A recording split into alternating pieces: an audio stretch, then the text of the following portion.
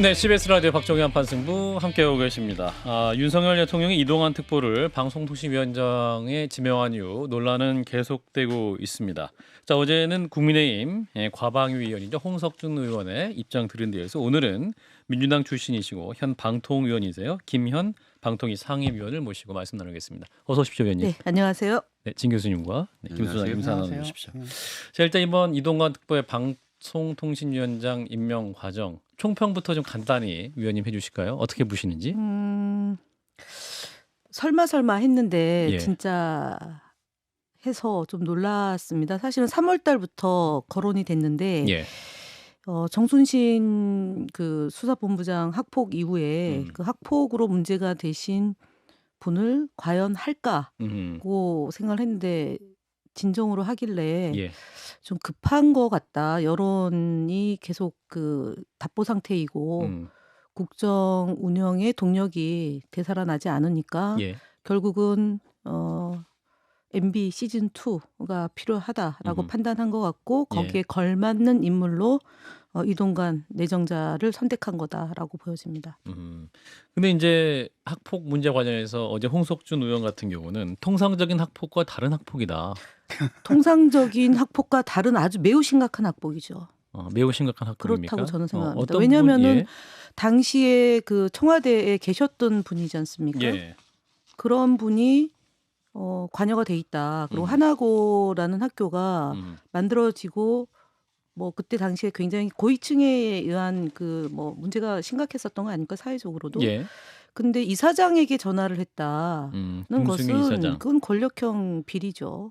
권력형 그런 비리다. 문제이기 때문에 정순신 전 검사가 볼 때는 억울하겠다. 형 과정을 보고 그리고 있으면 아무리 그 정당의 입장을 대변한다고 해서 별거 아니다. 내지는 합의가 됐다. 저는 최근에 이렇게 쭉 보면서 많은 언론에서 그 이 문제를 비판하고 분석하고 그다음에 실제로 이 문제에 대해서 검증을 하지 않고 그냥 언론 보도를 따라가는 것에 매우 심각하게 생각하고요. 이게 소위 언론의 기능과 역할에 대해서도 다시 한번 돌아보는 계기가 됐습니다.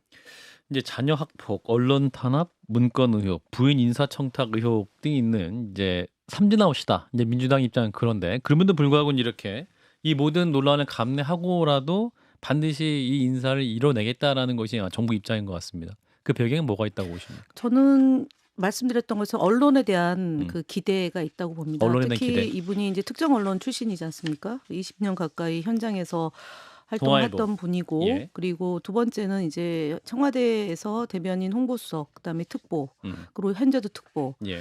그래서 그 사이에 엮여진 인간관계 소위 말하면 네트워크 소위 보수 매체들 간의 네트워크 그다음에 그 형성된 관계들 예. 이것이 그분을 좀 자신감에 충만하게 만들었던 것 아닌가 싶고요. 두 번째는 인적 풀이 없는 거죠. 인적 풀이 없다. 예, 그 주로 이제 윤석열 정부에서 검사 출신 내지는 또 그 주변에 있는 사람들로 이렇게 네트워크가 구성되어 있는데 믿을 만한 사람이 없는 것 같습니다. 그리고 검증을 통과하는 것이 매우 어려운 상황이어서 이동관 내정자로 됐는데 사실은 뭐 결과론적으로는 인사청문회가 통해서 많은 혐의 사실이 나와도 그냥 하겠다라는 의지가 반영된 거 아닌가라고 보여지고요. 특히 그 지금 현재 장관급 특보 아닙니까? 그렇습니다. 그럼 인수위원회의 위원이 3년을 경과하지 않으면 결격 사유에 해당되는데 예. 사실 그보다 심각한 거죠. 특보. 지금 대통령 특보가 공정성과 객관성을 기해야 될 위원장, 회의 그러니까 방통위를 운영하는 그 위원장으로 온다는 것 자체가 사실은 저희는 상상할 수 없는 그런 상황이고 역대 위원장 중에 이렇게 대통령하고 밀접한 관계에 있는 사람이 온 적은 없습니다. 대선 선대본에서 일했던 분이 방통위원장으로 임명되는 건 거의 첫사례인 것 같은데. 선대본은 한 두 분 정도 계시는데 제가 말씀드린 것은 인수위 내지는 뭐 그 캠프에 있었던 분은 한 두 분 정도 계시는데요. 예. 지금처럼 특보라는 건 특별 보좌역 아닙니까? 그러면은 거의 비서 중에는 가장 그 선임이다. 예, 왕급에 해당되는 거죠. 음. 사실 그런 위치에 있는 분을 어떻게 바로 방통위원장으로 내려보냅니까? 근데 이제 이동관 후보자 측근들 얘기를 들어보면 과거에 비해서 많이 바뀌었다 이분이. 오늘 안 바뀌었던데요. 저도 저희 이제 그 방통위 소속 직원들이 지금 지원 나가 있지 않습니까? 그렇죠. 힐스테이트. 예, 그게 예. 이제 6월 4일 날 얻어서 지금 2달 가까이 그 음. 혈세가 낭비된 건데 예. 사실은 좀 겸손해야 된다고 저는 봅니다. 지금 음. 제기된 숱한 의혹에 대해서 국민들이 놀라하고 있는 거지 않습니까? 예. 그럼 국가공무원은 기본적으로 전체 국민을 대상으로 업무를 봐야 되는 헌법 정신이 있는 거고 예. 방통위원장도 마찬가지입니다. 음. 그러니까 외부의 지시나 간섭을 받지 않은 음흠. 독립기구로서의 역할을 해야 되는데 귀를 기울이겠다고 해놓고 별로 귀를 안 기울이는 태도나 그리고 그 좀 반대편에 있는 매체에 대해서는 지금 공산당의 기관지라고 지금 규정을 내렸지 않습니까? 그래서 고발언했던 장면을 저희가 좀 네. 했는데 잠깐 그걸 보고 듣고 이어가겠습니다. 오늘 방통위 출근 장면. 가짜 뉴스를 퍼날른다든가 특정 진영의 정파적인 이해에 바탕한 논리나 주장을 무책임하게 전달하는 것은 언론의 본 영역에서 이탈한 것이다. 선전선동을 굉장히 능수능란하게 했던 이 공산당의 그 신문이나 방송을 저희가 언론이라고 얘기하지 않습니다. 그건 왜냐? 그거는 사실이나 진실을 전달하는 게 아니라 주장을 전하는 것이기 때문에 저희는 그거를 기관지 내지 영어로 얘기하면 오건이라고 얘기하죠. 예. 여기서 이제 공산당 신문과 방송을 들어 얘기하니까 기자가 이런 질문을 했어요. 그런 언론이 우리나라에 있다고 보는 것이냐 그랬더니 국민들이 판단할 것이다라고 말씀하셨어요. 그럼 이게 아니 그래서 제가 이번에 경력 중에 외교통상부 언론문화협력 특임 대사를 이명박 정부 때 네. 하셨잖아요. 예. 지금 사실은 공산당의 기관지라고 얘기하면 중국, 뭐 러시아, 베트남 짧게는 그렇게 딱 떠오르는데 예. 중국하고 우리가 외교 상대국 아닙니까? 국교가 수립이 되어 있는데 그 기관지가 이렇게 규정을 하면 외교적 결례 아닙니까? 그리고 저희가 사실은 방송통신위원회가 외국하고도 많은 이제 교류 협력을 해야 되는데 또 넷플릭스 얘기도 하셨지 않습니까? 예. 그러면은 그리고 특히 이제 저희 많은 콘텐츠가 주로 중국에서 소화가 많이 되는데 아하.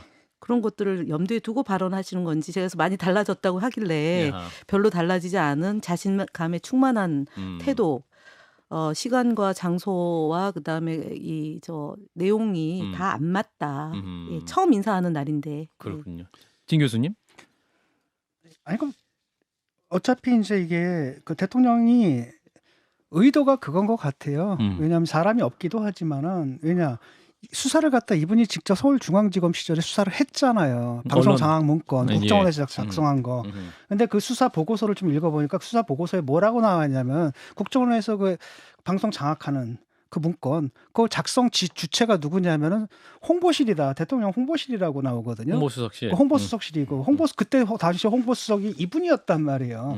그 수사를 직접 하신 분이 윤석열 대통령이고, 그러니까 이분이 어떤 능력에 특화가 돼 있는 분인지를 잘 알 거예요 본인이. 그럼에도 불구하고 임명을 했다라고 하는 것은. 근데 그거 잘하든지 그것을 하라는 얘기죠. 그렇게밖에 합리적으로 생각이 안 되거든요. 왜냐하면 기피해야 할 사안이잖아요. 이게 딱 보면 뭐냐면 전두환을 갖다 인권위원장 앉히는 거랑 비슷한 거거든요. 지금 이런 사안 이런 걸 했다라고 한다면 이건 의도적인 것이다. 모르고 한 건 아니고 분명히 자기가 직접 수사해서 그렇게 규정했던 그 사람을 자기가 갖다 쓴 것은 의도한 거고 결국은 뭐냐면 총선 대비해서 이제 언론 판을 그러니까 이분들은 이렇게 생각하는 거예요. 지금 지난 정권에 가지고 언론이 그냥 잔뜩 그렇게 됐는데 이제 우리가 선거에 승리했으니까 갖고 와야 되고 이 언론을 갖다 우리 편 만들어서 유리한 조건에서 총선을 치러야 된다. 근데 진 교수님 그런 거는 사실은 독임제 기구 수장으로서 역할일 것 같아요. 근데 네. 방통위는 여야로부터 추천을 받아서 합의제 기구거든요. 예. 성격상 독임제 기구처럼 이제 대통령의 보좌 내지는 직속 기구는 그렇게 지금 말씀하신 것처럼 할 수 있습니다. 예전에 이제 저희 때 국정홍보처 내지는 문화관광부 장관은 이제 정부 대변인이기 때문에 대통령의 국정 철학을 현장에서 바로 실현한다. 그리고 언론진흥재단이 모니터도 하고 그러기 때문에 예. 저는 거기가 맞는 거지. 사실은 방통위는 지금 이분이 적임자라고 얘기하지 않습니까? 음. 실력이 겸비돼 있는 이제 음. 김대기 비서실장이 그렇게 이제 브리핑을 하셨는데 주관과 소신과 경험이 있다. 그런데 이 주관과 소신과 경험을 방통위원장으로 하기에는 안 맞습니다. 왜냐하면 공적 책임, 그다음에 방송의 공정성 이런 것들, 그다음 이용자의 권익을 신장시키는 일을 객관적으로 해야 되는 거거든요. 예. 독립되게. 근데 말씀하셨던 국정원 그런 문건에 따르는 그런 역할은 용산과 직거래해야 되는 내용이지 않습니까? 그래서 지금 안 맞는 자리에 내려보내고 그 일을 하라 그러면 이분은 법에 저촉이 됩니다. 지금은 사실은 직무대행 때문에 김혜재 직대가 막 밀어붙이고 임기가 얼마 안 남은 직무대행한테 막 시키지 않습니까? 용산에서. 네. 이분도 이제 사실은 법률과 헌법을 위배하면서 일을 하고 있는데 예. 근데 실제로 임기가 보장되어 있는 위원장에게 만약에 용산이 지금처럼 직할체제로 해서 일을 시켰다. 예. 그런데 그 일을 진행을 했다. 위원장이. 저는 그거는 굉장히 근데 위험하다. 이제 국민의힘 입장에서는 현 이제 공영방송이 기울어진 운동장이다. 공정한 보도하지 않고 있다 이렇게 비판하고 있지 않습니까? 이를테면 바이든 날리면 사례 MBC 보도라든가 KBS에 이제 윤석열 대통령이 일장기에만 격려를 했다. 뭐 이런 식의 보도 자체가 어떠한 기울어진 운동장으로서 공영방송이 정말 독립적으로 공정하게 보도하고 있느냐 이런 문제 제기를 하고 있습니다. 왜 보도만 보시는지 모르겠어요. KBS는 국가기관 재난 방송 예. 사지 않습니까? 예. 그 재난 방송을 하고 그 다음에 예를 들면 그러면은 이 작년에 지난해에 지방선거 진행 중일 때 열린음악회를 청와대에서 했습니다. 예. 그거는 그러면은 어떻게 해석을 하나요?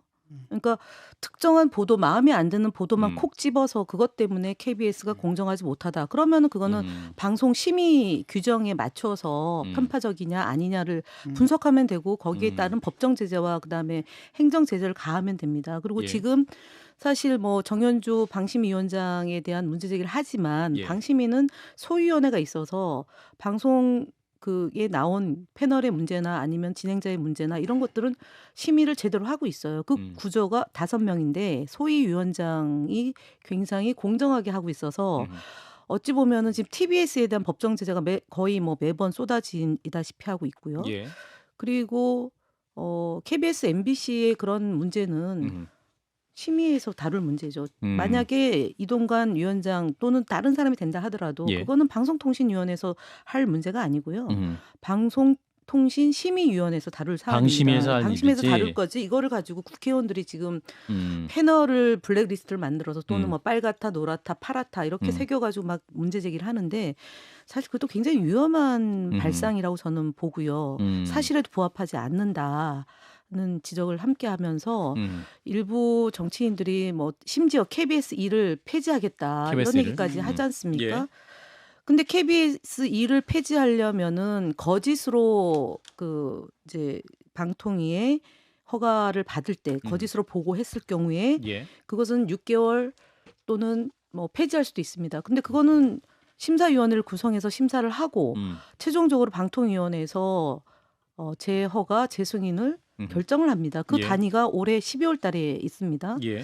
그거 없이 어떻게 폐지가 가능한지도 궁금합니다. 근데 이제 국민의힘 주장은 오히려 문재인 정부 때 언론에 개입한 사례 많았다. 그래서 또 언론적폐 청산이라는 명목으로 살생부 있지 않았냐 이렇게 말을 합니다. 저는 처음 듣는 얘긴데요. 그런가요? 그러니까 뭐 이를테면 2017년 8월 민주당 워크숍에 배포됐다는 방송관리 문건을 보면 언론적폐 청산을 당 적폐 청산이 최우선 과제로 추진, 뭐 방송사 구성원 및 시민단 찾기 중심으로 KBS, MBC 사장 퇴진운동 전개 뭐 이런 내용이 있었다. 국민의힘 주장은 이렇습니다. 그때는 2017년도 9월, 8월 이때는 사실은 대선이 끝나고 직후 아니겠습니까? 예. 그리고 그때 이효성 방통위원장이 인사청문회 통해서 7월 달에 아마 그 예. 일을 시작하는 건데요. 예. 그때가 제가 알기로는 MBC가 한 2,000명, 90% 가까운 그 종사자들이 파업을 결의해서 예. 그렇게 그 김장겸 사장 물러나라라고 퇴진운동을 하고 퇴진을 있었던. 했었고 고영조 이사장이 그래서 이제 그 물러나게 됐던 거고 KBS도 파업 투쟁이 굉장히 극렬하게 있었던 시기였습니다. 예. 그래서 적폐 청산을 그 언론사의 파업과 연결시켜서 어떤 문건이 있었는지 모르겠지만 그게 뭐 당론으로 채택이 되거나 예. 그렇게 진행됐다고 보여질 사안은 아닌 것 같습니다. 저도 대변인이었는데 그때 그렇게 비중 있게 다룬 사안은 아닌 것 같고요. 그리고 예. 문재인 정부는 상반기에는 사실은 그야말로 검찰의 적폐청산이었지 언론과 관련해서 무슨 특별한 활동을 전개하지는 않았고 예. 후반기에는 코로나19 대응 때문에 음흠. 매우 언론 문제는 사실은 뒷전으로 좀 했던 게 오히려 지금과 같은 상황을 그렇군요. 초래하지 않았나 싶습니다. 자, 그래서 지금 현재 방통위가 이제 2인만 남길 것이다 이런 얘기가 나와요. 그러니까 이제 그 23일 임기가 종료가 되는 김효재 의원 후임 추천을 거부하면서 민주당이 이제 방통위 이동관 위원장, 이상임 위원 이렇게 2인만 남길 것이다 이런 얘기가 나오고 또 민주당 간사인 조승래 의원은 이제 방통위가 2인 체제에서 의사결정 불가능하게 하는 내용 골자로 개정안을 발의하겠다 이런 또 뉴스가 나오네요. 이 부분은 실제로 그게 5명 중에 예. 2명만 남으면 이 정족수의 미달로 회의가 성립이 안 되는 건가요? 아니요, 성립이 돼요. 지금 이제 2017년도에 유사한 사례가 있었는데 예. 그때 이제 4월 달에 위원장이 임기가 종료되고 예. 5월 달 아까 말씀드렸던 대통령이 선출이 돼서 7월 달에 이호성 위원장 될 때까지 공백기가 3개월이 있었습니다. 예. 위원장 공백기가. 음. 그리고 상임위원 한 분도 임기가 만료돼서 사실은 음. 3인이 이제 위원회를 운영을 했는데 방통위에서 그때 이제 법률 자문을 구했을 때 정족수는 된다. 하지만 사회적 정치적인 갈등이 큰 사안에 대해서는 5인이 다 있을 때 논의해서 결정하는 게 법률적인 하자가 없다라고 이제 그 법률 자문을 구했는데 예. 지금이 이제 3인 때 2인이 의결하면 되고요. 음흠. 2인이 있을 때는 2인이 의결하면 된다라는 사무처의 유권 해석이 지금 있는 겁니다. 아하. 그게 이제 2017년도에 사실은 무리하게 운영하지는 않았지만 아하. 그때 이제 4군데 법률 자문을 구했는데 그걸 근거로 해서 지금 하고 있는데 여기서 그 중요한 점은 최민희 위원이 3월 30일 날 국회에서 이제 표결을 통해서 그러니까 내정이 됐는데 대통령이 법제처 유권 해석을 결격이냐 아니냐를 가지고 유권 해석을 넘겨놨는데 지금 100일이 가까이 되도록 그 유권 해석을 하지 않은 상태에서 2대1 억지로 그러니까 한상혁 위원장은 쫓아내고 2대1 만들어 놓고 최민희 의원은 임명하지 않으면서 주요한 의사 결정을 한다. 이 부분이 굉장히 문제가 있다는 점을 지적하는 거고 예. 지금 조승래 간사가 얘기하는 것도 아니 정권에서 입맛에 맞춰서 결격사유 없는 사람도 그렇게 홀딩을 시켜서 결정을 안 한 상태로 유리한 구조로 해서 불법적인 행위를 하는 것을 좀 막아보자는 취지로 지금 법을 개정안을 올린 것 같습니다. 조승래 의원이. 네. 예. 그래서 지금 그러니까 사실은 2008년도에 방통위가 만들어진 이래 이렇게 운영된 적은 없습니다. 예, 중요한 의제 그때 또 2017년도에 3명 있을 때 서면 회의만 했지 대면 회의를 아예 열지를 않았고요. 그리고 2명 있을 때는 최소한의 것 그러니까 현상 유지만 했지 현상을 변경하는 그 어떤 행위를 하지 않았습니다. 그런데 지금의 경우는 김효재 직대가 그 연장자라는 이유로 맡아놓고 예. 지금 뭐 텔레비전 수신료를 시행령으로 개정을 한다거나 그다음에 윤석열 이사를 해임 건의를 한다거나 남영진 이사장이 기소도 되지 않았는데 그냥 권익위로부터 조사받고 있는 상황에서 그냥 진행을 한다거나 또는 MBC에 대한 박문진 검사 감독권을 중단했다가 또 다시 진행한다거나 이런 식의 그러니까 본인의 임기가 8월 23일인데 그 안에 모든 걸 처리하고 위원장이 왔을 때 꽃길을 깐다 이런 문제가 있어서 야당에서 검토를 하고 있는 것 같습니다. 예. 자, 한 1분 남았는데요. 자, 위원님 그러면 이동관 위원장이 임명이 되면 가장 우려하는 그 이후에 어떤 일이 벌어질 것을 우려하시는 지금 건가요? 말씀드렸던 것처럼 뭐 시중에서 나오는 방송사 사장을 임기가 있는 사장에 대해서 이사회 구조를 변경해서 뭐 해임을 한다거나. 예. 근데 다만 거기에도 KBS 사장이 인사청문회 절차가 있기 때문에 그렇게 손쉽게 진행은 안 될 거라고 보고요. 예. MBC도 2008년도 9년도와 다르게 그 사장 임명 절차를 시민 배심원단을 통해서 뽑는 구조가 있고 예. 그리고 또 그 함부로 할 수 없는 또 뭐 편집국장 임명 동의제 이런 제도적 장치가 있어서 예. 생각처럼 그렇게 좌지우지하는 것은 쉽지는 않다. 그래서 국민들께서 예. 관심 있게 잘 지켜봐 주시고 그동안 쌓아왔던 민주주의 그런 것들이 한판 뭐 이렇게 여기 한판 승부는 죄송합니다. 아닙니다. 한 번에 예. 막 뒤바뀌고 그러지는 않는다. 이렇게 봅니다. 예, 알겠습니다. 오늘 말씀 여기까지 해보겠습니다. 방송통신위원회 김현 상임위원이었습니다. 고맙습니다, 위원님. 감사합니다. 좋아요, 구독. 알림 설정.